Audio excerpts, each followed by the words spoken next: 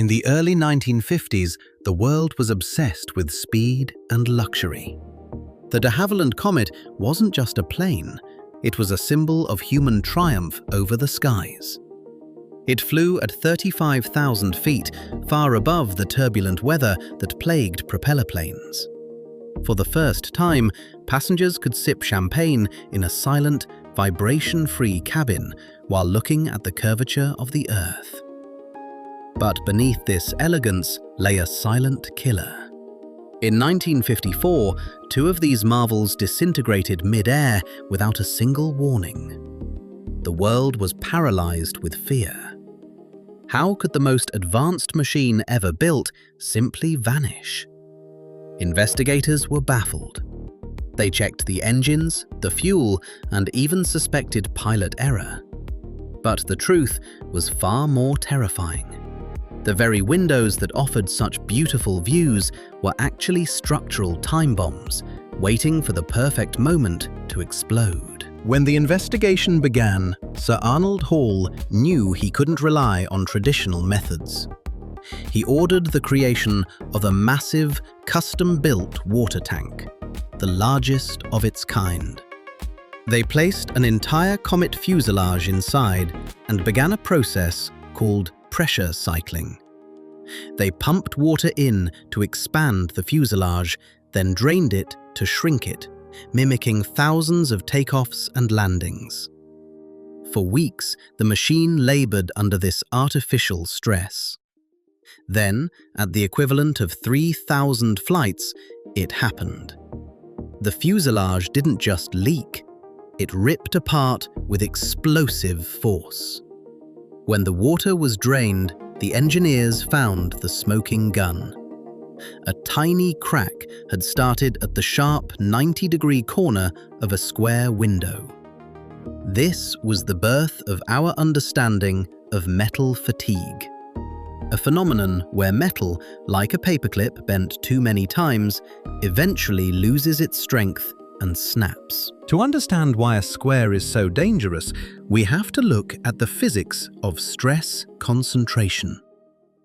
Imagine the air pressure inside the cabin as a massive river of energy, pushing against the walls to escape into the thin air outside. In a perfectly round window, this flow of energy travels smoothly around the curve, distributing the weight evenly. But a square window creates a trap. When that energy hits a 90-degree corner, it has nowhere to go. It bunches up, creating a point where the physical stress is 3 times higher than the rest of the plane. Every single flight cycle, every expansion and contraction focused all its destructive power on those 4 tiny corners. It was like hitting the exact same spot with a sledgehammer, flight after flight, until the microscopic structure of the aluminium simply gave up. But what happens at a microscopic level? Aluminum is made of crystalline structures. When stress is concentrated at a sharp corner, it creates what engineers call dislocations in the metal. These are tiny, invisible movements where the atoms themselves begin to slide out of place. Over hundreds of flights, these dislocations grow into micro-cracks.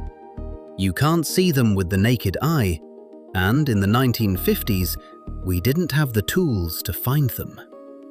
Once a micro-crack reaches a critical length at a square corner, it no longer needs extra force to grow.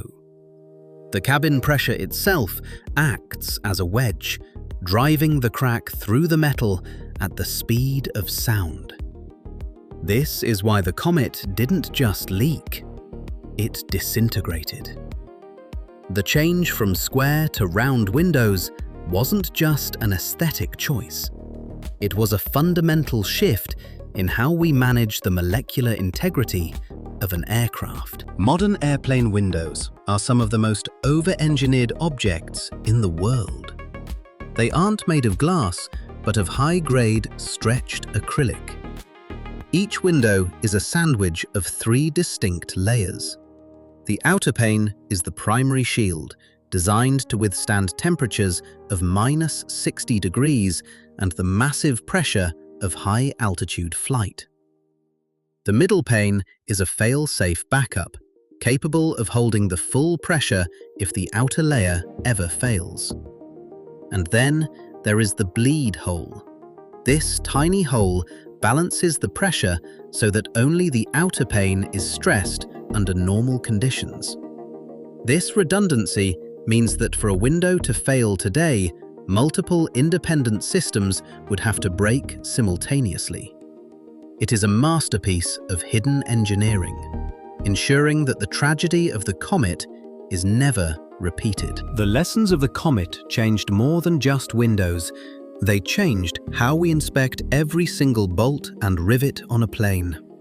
In 1988, Aloha Airlines Flight 243 proved that even with round windows, metal fatigue is a constant threat. A massive section of the upper fuselage peeled off mid-flight because of corrosion and undetected cracks in the joints. Today, we use ultrasonic sensors, X-rays, and eddy current testing to see through the metal. We scan for cracks that are smaller than a human hair. We have turned aviation from a game of chance into a science of absolute certainty.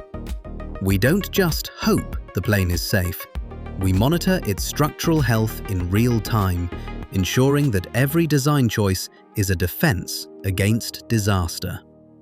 As we look toward the future, we see planes like the Airbus A350 and the Boeing 787 Dreamliner using carbon fiber composites instead of aluminium. These materials don't fatigue the same way metal does, allowing for even larger, more beautiful windows. Some engineers are even designing windowless supersonic jets, using external cameras and internal OLED screens to eliminate holes in the fuselage entirely. This would make the aircraft lighter, faster, and theoretically 100% solid. At Design Defend, we believe that every curve and every hole in a machine has a story of survival. Next time you look out that rounded window, remember, it's not just a window. It's a shield built from the hard-learned lessons of the past. Thank you for joining us on this deep dive. Subscribe to Design Defend to see the world through the eyes of an engineer.